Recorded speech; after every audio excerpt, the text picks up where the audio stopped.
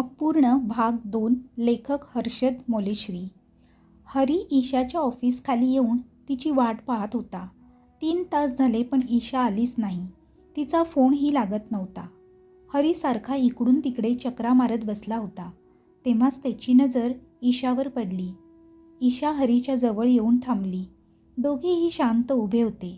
कोणीही एकमेकांसोबत बोलत नव्हतं. कशी आहेस? हरी हळूच बोलला. किती वेळ झाला तुला येऊन? बराच वेळ झाला असेल ना?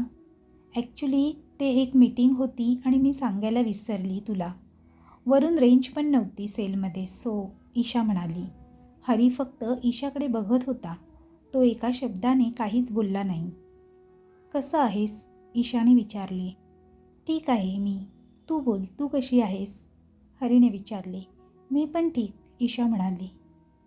बस ठीक? हरी पुन्हा म्हणाला. हो ठीक, ईशा बोलली. ईशा सॉरी, खरंच सॉरी, पण आपण नॉर्मल आधीसारखं नाही का वागू शकत?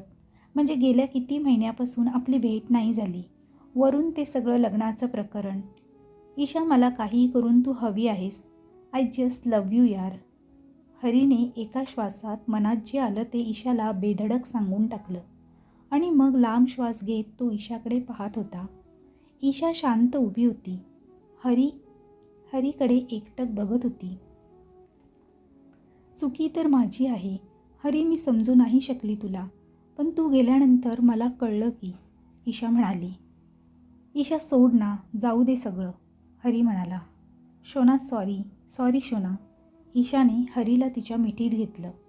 लव्ह यू सो मच शोना, ईशा प्रेमाने बोलली. सकाळची संध्याकाळ झाली. वेळ कसा निघून गेला त्यांना कळलंच नाही. आता पुढे काय हरी? ईशा म्हणाली. पुढे काय? चांगला मुहूर्त बघून लग्न करूया. काय म्हणतेस, करशील ना लग्न? हरी म्हणाला. हां, पण घरी? ईशाने विचारले. बघूया, जे होते ते चांगल्यासाठी होतं, हरी बोलला. हरी शांत झाला. मग एकदम बोलला. ईशा चल. कुठे? ईशाने विचारले. चल सांगतो, हरी म्हणाला. हरी ईशाला त्याच्या घरी घेऊन आला. घरात जायच्या आधी ईशाने हरीला विचारलं. Hari, are you sure? Yes, damn sure, Hari म्हणाला. हरीने बेल वाजवली व आईने दार उघडले. हरी, या आत या, आई गोंधळून म्हणाली. हरी ईशाला घेऊन आत आला. नमस्कार आई, ईशा हरीच्या आईला म्हणाली. नमस्कार बाळा, हरीची आई म्हणाली. तुम्ही एकत्र काम करता का? आईने विचारले. नाही मी ईशा अडखळली. आई, बाबा कुठे आहे? हरीने विचारले. आहेत आतमध्ये. अहो ऐकता का जरा, बाहेर या. काय झालं? बाबा बाहेर येत म्हणाले. ईशाला बघताच बाबा बोलले. अच्छा, मैत्रीण आली आहे का? हरीची. बरं बसा. ईशाने बाबांना नमस्कार केला. बाबा मला तुम्हाला काहीतरी सांगायचं आहे, हरी बाबांना म्हणाला. बोल ना राजा, बाबा म्हणाले. बाबा ही ईशा, माझं हिच्यावर प्रेम आहे. बाबा मला माहीत आहे मी खूप चुका केले, पण मी यावेळेस माझ्या चुका सुधरवतोय. मला एक चान्स द्या प्लीज बाबा. बाबा शांत झाले व आई पण शांत झाली. दोघे पण एकमेकांकडे पाहू लागले. पोरी, तुझ्या घरी माहीत आहे का हे सगळं? त्यांनी ईशाला विचारलं. हो बाबा, माहीत आहे, ईशा हळूच बोलली. ठीक आहे मग, जशी तुमची इच्छा, बाबा म्हणाले. बाबा थँक्यू सो मच. हरी हे ऐकून खूप खुश झाला. बाळा, तू खुश आहेस ते चांगलं आहे. तुला असं बघून आज मी पण खुश आहे. बस हीच हिंमत जर तू आधी केली असतीस तर सगळं घडलं नसतं. अहो जाऊ द्या ना, देवाच्या कृपेने आता सगळं नीट होतंय, आई म्हणाली. बाबा, जे सगळं घडलं त्यात माझीही चूक आहे. खरं तर सगळं माझ्यामुळेच झालं, ईशा म्हणाली. असो, जे होतं ते चांगल्यासाठीच होतं. हरी जा, तिला घरी सोडून ये, बाबा म्हणाले. हो बाबा, हरी म्हणाला. ईशा भेटून हरीसोबत घरी जाण्यासाठी निघाली. हरीने ईशाला घरी ड्रॉप केलं आणि हसत हसत घरी येण्यासाठी फिरला. येताना घरी फाटकजवळ थांबला आणि साऊलमेटबद्दल विचार करत तो हळूहळू चालता चालता पटरीवर आला. तो साऊलमेटबद्दल विचार करतच होता. तितक्यात, अरे आलास? मला वाटलं आता काय तू येणार नाही, ती मुलगी म्हणाली. हरी त्या मुलीला बघताच खुश झाला. हो मग काय, आलो मी. आणि का नाही येणार मी? यार आज मी खूप खुश आहे. तुला माहीत आहे ईशा आणि माझं लग्न होणार आहे. जस्ट इमॅजिन यार. आज मी तिला घरी घेऊन गेलो होतो. ईशा बाबांना आणि आईला भेटली आणि बाबांनी लग्नासाठी मंजुरी पण दिली आहे. वा मस्तच. म्हणजे सगळे प्रॉब्लेम्स सॉल्व झाले तुझे, ती मुलगी म्हणाली. हो सगळे प्रॉब्लेम सॉल्व झाले आणि हे सगळं तुझ्यामुळे झालं आहे. तू जसं सांगितलं होतं ना सगळं तसंच झालं. थँक्यू सो मच यार, हरी म्हणाला. अरे बस बस, ती मुलगी म्हणाली. नाही यार, तुझं जितकं आभार मानू तितकं कमी आहे, हरी तिला म्हणाला. अच्छा बरं चल जाऊ दे, ते सगळं बस. थोडा वेळ दमला असेल ना खूप, ती म्हणाली. हरी त्या मुलीसोबत पटरीवर जाऊन बसला. आज त्या मुलीचा चेहरा काय जास्तच उजळून दिसत होता. एक सांगू, हरी म्हणाला. बोल ना, ती मुलगी म्हणाली. आज तू रोजपेक्षा खूप सुंदर दिसते आहेस, हरी म्हणाला. अच्छा असं होय, ती मुलगी म्हणाली. मला एक खरं सांगशील का, हरी म्हणाला. हो बोल ना, ती मुलगी म्हणाली. तू कोण आहेस? माझी एवढी हेल्प का केलीस तू, हरीने तिला विचारले. मी पण एक साधारण मुलगी होती. माझी पण फॅमिली आहे. आई बाबा आणि बहीण. सगळं मस्त चालू होतं. एक दिवस रोजच्या गाडीने मी घरी जात होती. त्या दिवशी खूप गर्दी होती गाडीमध्ये. माझा पाय सरकला आणि मी चालत्या गाडीमधून पडले. आई बाबा खूप रडले होते त्या दिवशी. मी बघत होती त्यांना रडताना. म्हटलं पण मी त्यांना की रडू नका, पण सोड, जाऊ दे. ती मुलगी बोलता बोलता शांत झाली. आज जर मी इथे जिवंत उभा आहे तर फक्त तुझ्यामुळे, आणि मलाही तुझ्यासाठी काहीतरी करायचं आहे. मला सांग असं काय करू की ज्याच्याने तुला मुक्ती मिळेल, हरी म्हणाला. सांगितलं तरी ते आता शक्य नाही हरी. असो, माझ्या गाडीची वेळ झाली आहे, येते मी, ती मुलगी म्हणाली. ती मुलगी उठून जाऊ लागली आणि तेव्हाच अचानक मागे फिरली आणि बोलली. जर तुला माझ्यासाठी काही करायचं आहे तर माझं एक काम करशील? हे ऐकून हरी झटकन उठला. हो मग काय करेन ना, तू सांग फक्त काय ते, हरी म्हणाला. पण आधी मला प्रॉमिस कर की ते काम झाल्यानंतर तू मला शोधत इथे परत येणार नाहीस, ती मुलगी म्हणाली. का असं का? म्हणजे तू, हरी म्हणाला. हो बघ, जर करू शकतो तर कर, ती मुलगी म्हणाली. हरीने थोडा विचार केला आणि मग बोलला. ठीक आहे, नाही येणार मी, पण तुला कधी विसरणार नाही मी. माझ्या हृदयात नेहमी तुझी वेगळी जागा राहणार, हरी म्हणाला. त्या मुलीने हरीच्या डोळ्यात अगदी प्रेमाने बघितलं आणि मग ती म्हणाली. तू इन्शुरन्स ऑफिसमध्ये काम करतो ना? हो, हरी म्हणाला. मी माझ्या नावावर इन्शुरन्स पॉलिसी काढली होती, पण ती अजून बाबांना भेटली नाही आहे. बस तेवढी एक मदत कर. बाबा माझे खूप अडचणीत आहेत, ती हरीला बोलली. बस एवढंच? जितकं होईल तितकं लवकर घरी चेक पाठवून देणार मी. काळजी करू नकोस. बरं या निमित्ताने तुझं नाव तरी कळेल आज मला. संध्या, ती मुलगी म्हणाली. म्हणजे ही आपली शेवटची भेट आहे, हरी म्हणाला. हो पण घाबरू नकोस, मी आहे तुझ्यासोबत, संध्या म्हणाली. संध्या, असं का झालं, हरी तिला विचारत होता. संध्या हरीकडे बघून हसली आणि बोलली. उत्तर लवकर भेटेल तुला. इतकं सांगताच संध्या पुढे चालू लागली आणि चालता चालता ती अदृश्य झाली. हरीला काहीच कळलं नाही की संध्या असं का बोलली. हरी हळू स्वरात प्रेमाने बोलला. संध्या. सकाळी हरी ठरवल्याप्रमाणे लवकर ऑफिसला गेला आणि संध्याची फाईल त्याने मागून घेतली आणि त्यावर कामाची सुरुवात केली. सगळं करता करता दुपार झाली. तेव्हाच हरीच्या मोबाईलची रिंग वाजली. ईशाचा फोन होता. हॅलो, बोल, हरी म्हणाला. बिझी आहेस का, ईशाने हरीला विचारले. हो थोडं. काय झालं, बोल ना. काही नाही, तुझ्या ऑफिसच्या खाली उभी होती. फ्री असलास तर कॉफी प्यायला जाऊया? ईशाने विचारले. बरं ठीक आहे, येतो मी 10 मिनिट्स, हरी म्हणाला.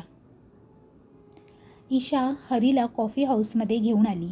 दोघे पण बसले होते तेव्हाच ईशाने विचारलं, हरी काय झालं, तू इतका शांत का आहेस? हरी बोलला, काही नाही, शांत कुठे मी. अच्छा बरं, ईशा म्हणत होती. ईशा एक विचारू, अचानक मध्ये काल खूप काय घडलं ना?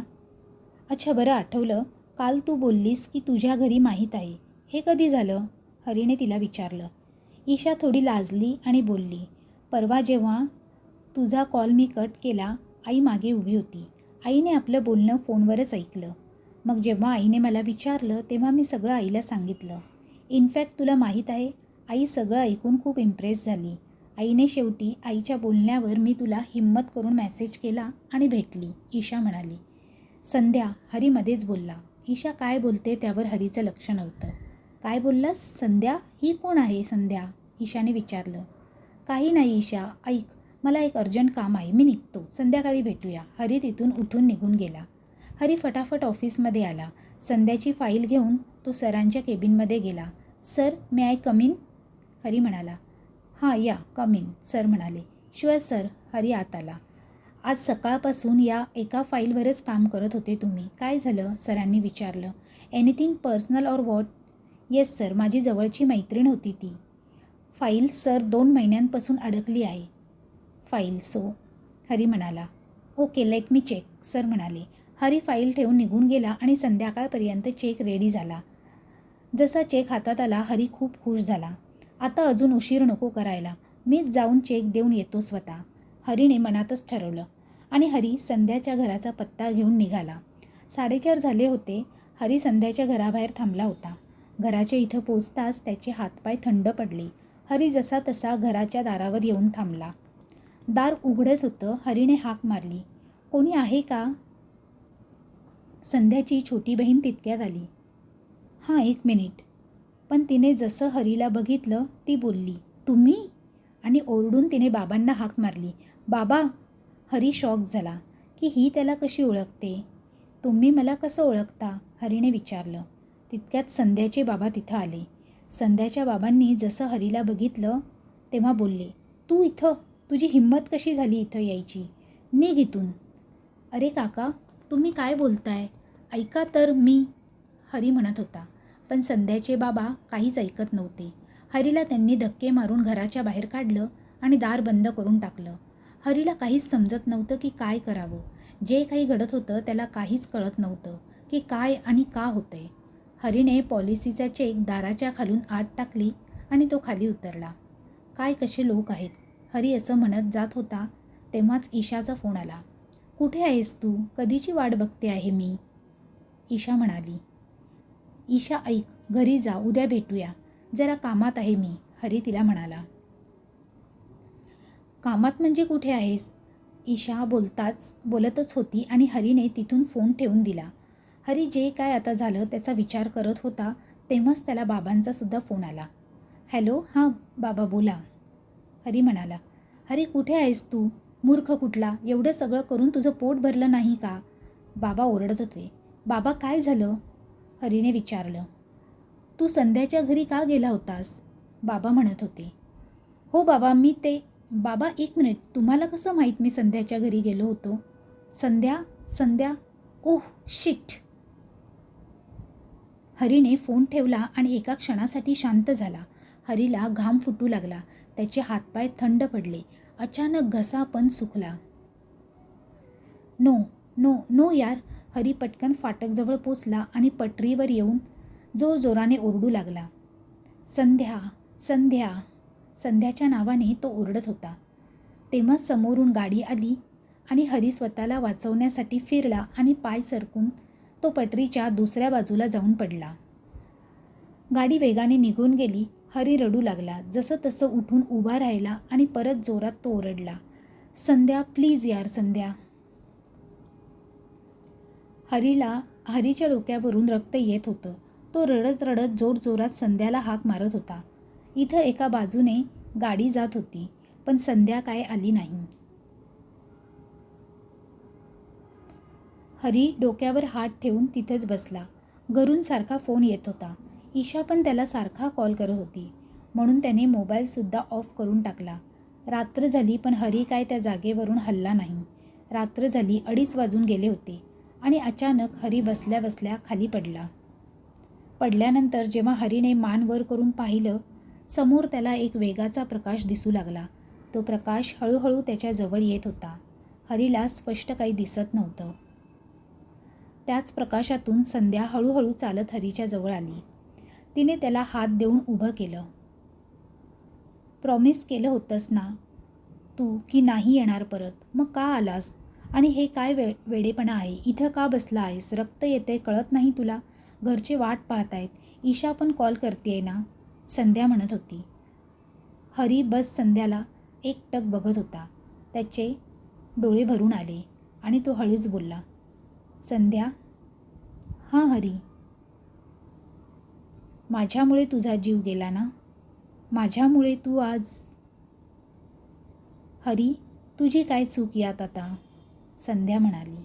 नाही संध्या, सगळी चूक माझी आहे. ईशासोबत ब्रेकअपनंतर मी खूप शांत राहायला लागलो. घरून काम आणि कामावरून घर, बस हीच लाईफ होती माझी. पण अचानक एक दिवस आलास, चल हातपाय धुवून ये, मी जेवण वाढते, आई म्हणाली. नको आई, मी जेवून आलो आहे आज, हरी म्हणाला. अच्छा बरं, ऐक, तुझा रूममध्ये बघ, तो एक कवर ठेवला आहे, ते बघून घे आणि काय उत्तर आहे ते सावकाश सांग मला, बाबा म्हणाले. ठीक आहे बाबा, हरी बोलला. हरी त्याच्या रूममध्ये गेला आणि बेडवर समोरच तो कवर होता. पण त्याने तो उघडून बघितलंच नाही. त्यात संध्याचा फोटो होता. हरीने कवर उचलला आणि तो रंगात तो कवर डस्टबिनमध्ये फेकून तसाच झोपला. सकाळ झाली. हरी जसा बेडरूममधून बाहेर आला. काय मग, हो म्हणायचं की नाही, बाबांनी त्याला विचारलं. कसलं बाबा, काय, हरी विचारत होता. अरे तू फोटो बघितला नाही का त्या मुलीचा, बाबांनी त्याला विचारलं. हां बघितला ना बाबा, हरी म्हणाला. मग काय, हो म्हणू ना, बाबांनी हरीला विचारलं. हरी शांत झाला आणि मग रागात त्याने हो म्हटलं. त्याने विचार केला की ईशाला आता माझी व्हॅल्यू कळेल. बरं मग, मुलीला बघून घे, तसं पुढच्या महिन्याला आपण साखरपुडा करून टाकूया, काय बरोबर, बाबांनी आईला विचारलं. हो मग काय, अगदी बरोबर, आईसुद्धा म्हणाली. बाबा मला ऑफिसचं खूप काम आहे, मी जरा नंतर भेटेल, पोरीला हवं तर आता नको, हरी बोलला. अच्छा ठीक आहे, पण लवकर बघून घे. हो बाबा, तसं मुलीच्याकडून हो आहे बरं का, तसं मला माहीतच होतं की तू पण हो म्हणशील, म्हणून मी पण आधीच सगळं नक्की करून आलो आहे कालच. तसं संध्याला नंबर दिला आहे तुझा, बघ फोन येईलच तुला. बाबा नंबर का दिला तुम्ही, हरी म्हणाला. अरे हो, चालतं की आजकाल, बाबा म्हणत होते. हरी जेव्हा ऑफिसला आला, तो शांत बसून विचार करत होता. तेव्हाच त्याचा फोन वाजला. अनोळखी नंबर बघून त्याला खात्री झाली की तो त्या मुलीचाच फोन असणार. तरी हरीने फोन उचलला. हॅलो, कोण? हॅलो हरी, संध्या हळूच बोलली. तिच्या बोलण्यावरून तिची भीती स्पष्ट कळत होती हरीला. हां बोला, मी संध्या बोलते. हां बोला. काय नाही, ते काल काका मागणं घेऊन आले होते घरी, संध्या बोलली. हां, तुम्ही बिझी आहात का, हवं तर नंतर बोलूया, संध्या म्हणाली. नाही तसं काही नाही आहे. अच्छा ठीक आहे, संध्याकाळी फ्री आहेस तू? हां ठीक आहे, भेटूया मग. हो चालेल. हरीने फोन ठेवला आणि तो विचार करतच होता की त्याला ईशाचा कॉल आला. हॅलो, हरीने फोन घेतला. हरी प्लीज भेट ना एकदा संध्याकाळी ऑफिसनंतर. ठीक आहे, हरीने एवढं सांगून फोन ठेवला. संध्याकाळ झाली. इथं संध्या हरीची वाट पाहत होती. तिथं हरी ईशाला भेटायला गेला. हरी येऊन शांत बसला होता. ईशासारखं हरीकडे बघत होती. बस ना आता, किती तो राग, सॉरी ना शोना, ईशा त्याला म्हणत होती. माझं लग्न ठरलं आहे, पुढच्या महिन्याला लग्न आहे माझं, हरी म्हणाला. ईशा हे ऐकून शॉक झाली. पुढे काय बोलावं नेमकं तिला काय कळतच नव्हतं. हरी घरी उठून निघून गेला आणि ईशा तिथंच बसून रडू लागली. हरी तिथून घरी जाण्यासाठी निघाला. तो विसरूनच गेला की संध्या त्याची वाट पाहत होती. तेव्हाच संध्याचा फोन आला हरीला. हरी फोन उचलताच बोलला, सो सॉरी, ते कामात लक्षात नाही राहिलं. ओके, संध्या त्याला म्हणाली. तुला सांगायचं होतं. काय, सांग ना. हरीने संध्याला तिच्या आणि ईशाबद्दल सगळं काही सांगितलं आणि मग शेवटी बोलला, बघ, मला थोडा वेळ हवा आहे. मी थोडं रिलॅक्स झालो की आपण भेटूया. हरी म्हणाला. ठीक आहे, काही हरकत नाही. तुला वाटेल तेव्हा भेटूया, संध्या त्याला म्हणाली. संध्या घरी आली. मग काय, हरीला भेटलीस की नाही, बाबा म्हणाले. हो बाबा, बरं आहे. आजकालचं मुलगा मुलीच सगळं ठरवून घेतात, बाबा म्हणाले. संध्या लाजून बेडरूममध्ये गेली. ताई, कसा आहे मुलगा, काय बोलला? भेटल्यावर फोटोमध्ये तर हिरो दिसतो, पण असा समोरासमोर कसा दिसतो? माहीत नाही, भेटली नाही मी त्याला, संध्या म्हणाली. पण आता तर तू बोललीस ताई की भेटून आलीस. हो, तसं तो माझ्यासोबत फोनवर बोलला, पण मला असं वाटलं की तो माझ्यासमोर उभा राहून बोलतोय.